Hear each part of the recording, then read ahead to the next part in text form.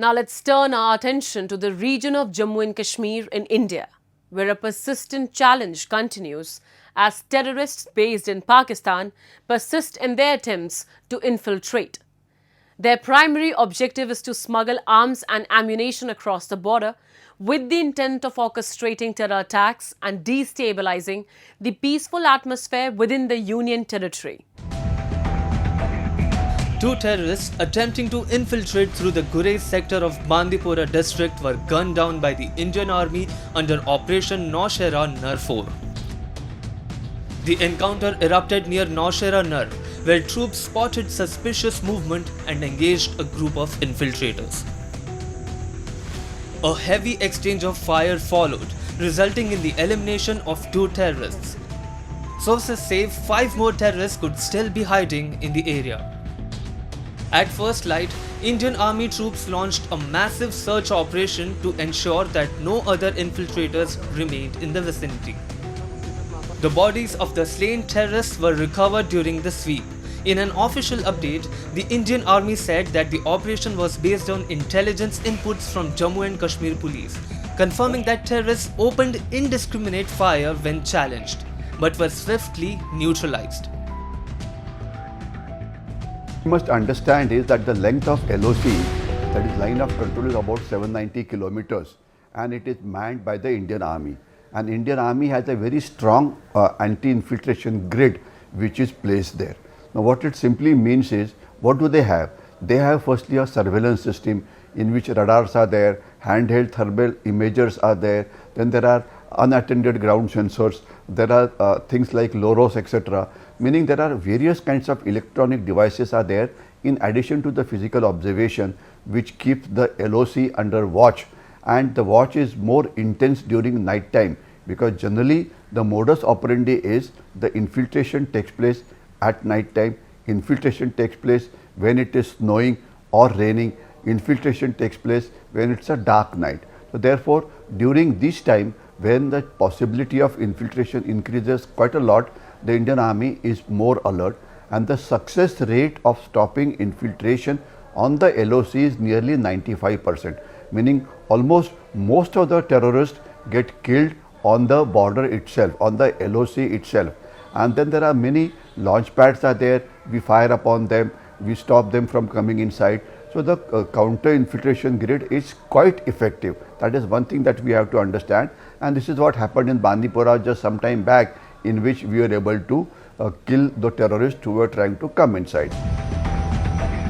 This is not an isolated incident. Earlier this month, 3 terrorists were killed and 1 soldier injured under Operation Akhal. The encounter in the dense Akhal forest area lasted nearly 2 weeks, involving drones, helicopters and hundreds of security personnel. 6 terrorists in total were eliminated in the operation, all linked to the Resistance Front, a Lashkar-e-Taiba proxy. This group had previously claimed responsibility for the brutal Pahalgam terror attack that killed 26 civilians. Intelligence sources have disclosed the presence of numerous terror camps in Pakistan-occupied Kashmir, which collaborate with Pakistani security agencies to facilitate infiltrations into India. These terrorists not only receive training but also logistical support and weapons to carry out their activities in Jammu and Kashmir.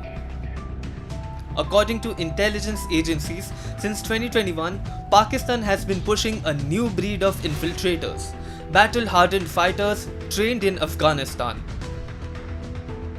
Unlike earlier terrorists, these men use remote ridges and dense forests as their hideouts, forcing prolonged encounters and putting additional strain on security forces.